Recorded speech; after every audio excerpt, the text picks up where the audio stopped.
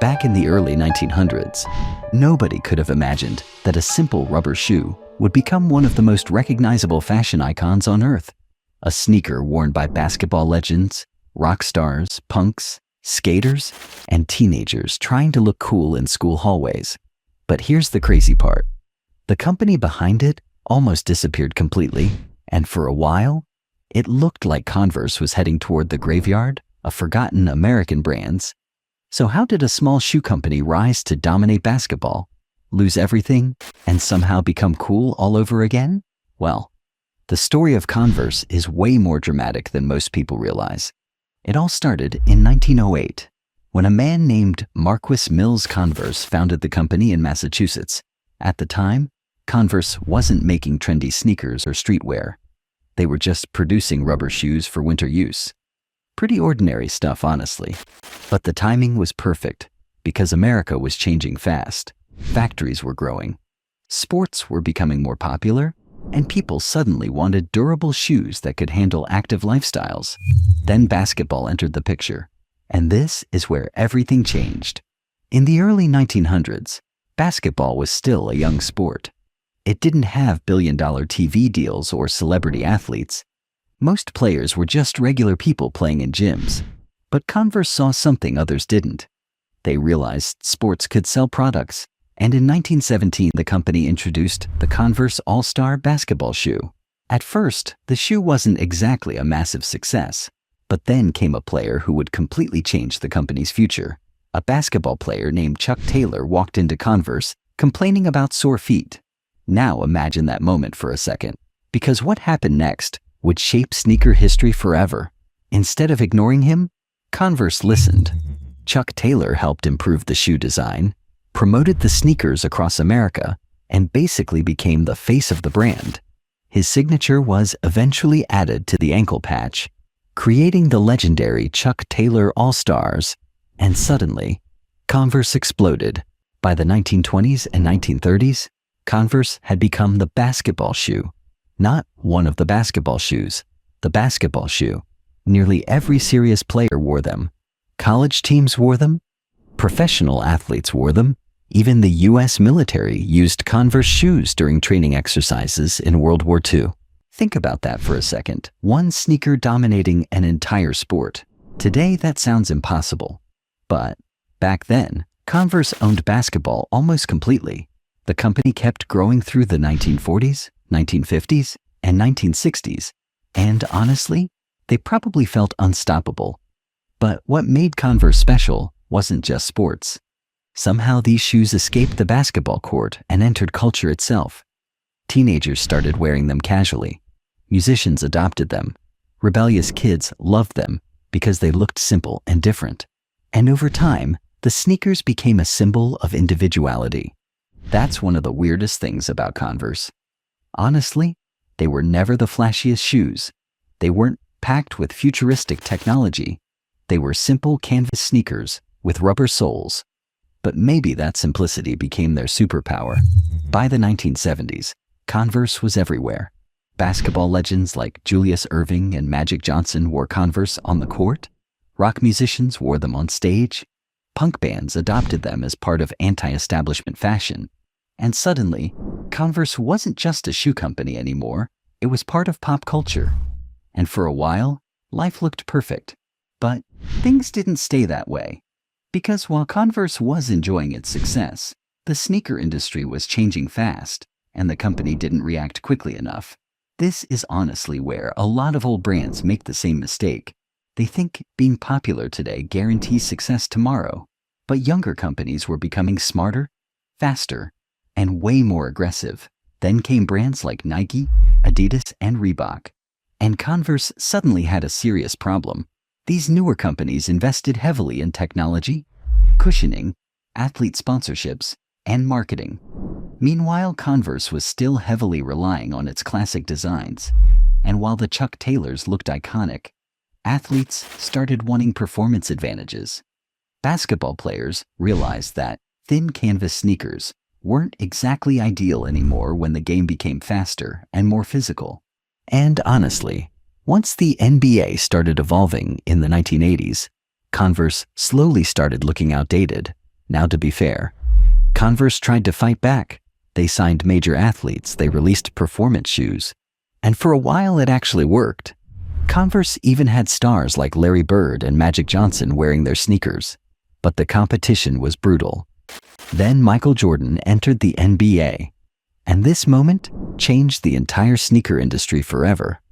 Nike signed Jordan, launched Air Jordans, and suddenly sneakers weren't just sports equipment anymore.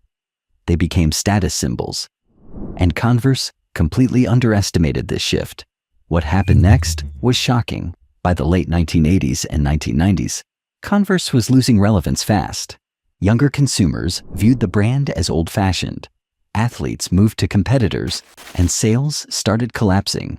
The company that once dominated basketball was now struggling to survive in the sport it helped build. And here's the really painful part. Converse still had one of the most famous sneakers in history. But somehow that wasn't enough. Because popularity alone doesn't guarantee financial success, the company made poor business decisions, manufacturing costs became a problem, and competitors kept eating away at their market share.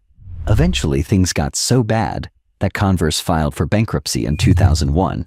Imagine how unbelievable that sounded at the time. A brand that once ruled American sports was suddenly broke. For many people, this looked like the end. And honestly, it probably should have been. Most companies don't recover from something like that. Once a brand loses cultural relevance and financial stability at the same time, it usually disappears forever. But Converse had one thing that many dying companies don't have: an emotional connection with people. Even when performance athletes abandoned the brand, regular people still loved Chuck Taylors. Musicians still wore them. Artists still wore them. Skaters still wore them. Teenagers still wore them. There was something timeless about the shoes. And then, in 2003, another massive turning point arrived. Nike bought Converse for around $305 million. Now, at first glance, that sounds almost ironic. The company that helped destroy Converse ended up buying it. But this acquisition probably saved the brand's life, because Nike understood something very important. Converse didn't need to win basketball anymore. It needed to own culture. That strategy completely changed everything.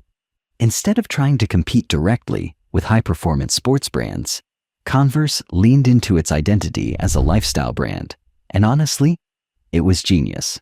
The company stopped pretending it could out-innovate modern basketball shoes and instead focused on what made Converse special in the first place: simplicity, nostalgia, individuality, and timeless design. Suddenly, Chuck Taylors became cool again. Celebrities wore them constantly. Fashion brands collaborated with Converse, and younger generations started discovering the sneakers almost like vintage treasures. And this comeback felt different from most brand comebacks. It wasn't about reinventing the product completely. It was about rediscovering what people already loved. That's actually pretty rare. Most companies panic during decline and completely abandon their identity. But Converse slowly realized its biggest strength was being classic. By the late 2000s and early 2010s, Converse was everywhere again. You'd see them in music videos, movies, skate parks, concerts, and fashion shoots.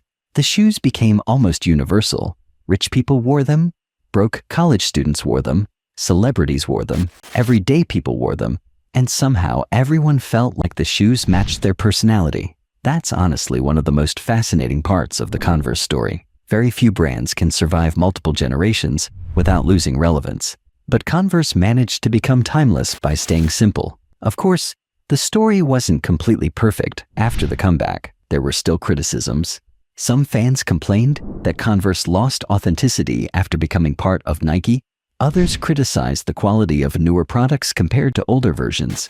And some people argued the company relied too heavily on nostalgia instead of innovation. And honestly, those criticisms aren't entirely unfair. Because if you really think about it, Converse has spent decades selling basically the same shoe. But maybe that's exactly why people love it. In a world where trends change every 5 minutes, Converse feels familiar, and familiarity can be powerful. Still, the company faced another challenge in recent years. Fashion trends became unpredictable, chunky sneakers exploded in popularity, newer streetwear brands gained attention, and minimal canvas sneakers weren't always the center of fashion anymore. For a moment, it almost felt like Converse could fade again. But once again, the brand adapted. They introduced new designs, collaborated with luxury labels, partnered with artists, and expanded beyond just classic black and white Chuck Taylors. Some collaborations became huge hits, and social media helped introduce Converse to yet another generation. That's the strange cycle of this company, honestly. Every time people think Converse is becoming irrelevant, it somehow finds a way back into culture. Maybe because the shoes represent something deeper than fashion, they represent self-expression. When you wear Converse, it almost feels like you're joining a long history of musicians, athletes, rebels, and creators who all wore the same sneakers for completely different reasons. That kind of cultural flexibility is incredibly hard to build. Most brands belong to one era. Converse somehow belongs to all of them. Today, Converse is still one of the most recognizable sneaker brands in the world, especially the Chuck Taylor All-Star, which remains one of the best-selling sneakers ever made. And honestly, that's kind of unbelievable when you remember how close the company came to collapsing completely. Think about it. Converse went from dominating basketball to losing basketball, from cultural icon to bankruptcy, from outdated brand to fashion comeback story. That's a wild journey for a simple canvas shoe. And maybe the biggest lesson here is that survival in business isn't always about being the most advanced or the most powerful. Sometimes it's about emotional connection. Because while newer brands chased technology and trends, Converse kept something people could relate to: identity. And honestly, there's something almost poetic about the fact that one of the oldest sneaker designs in history still survives in a world obsessed with constant change. But it also raises an interesting question. Can Converse continue staying relevant for another 100 years? Or will future generations eventually move on completely? Because fashion is unpredictable, culture changes fast, and even legendary brands aren't guaranteed survival forever. Still, if history has taught us anything, it's that counting out Converse is usually a mistake. The company has already survived wars, cultural shifts, bankruptcy, brutal competition, and changing fashion trends. That's not normal, that's resilience. And maybe that's the real reason Converse still matters today. Not because the shoes are perfect, not because they're the most comfortable, and not because they dominate sports anymore, but because they became part of people's lives. So now the question goes to you. Do you think Converse is truly timeless? Or is the brand surviving mostly on nostalgia?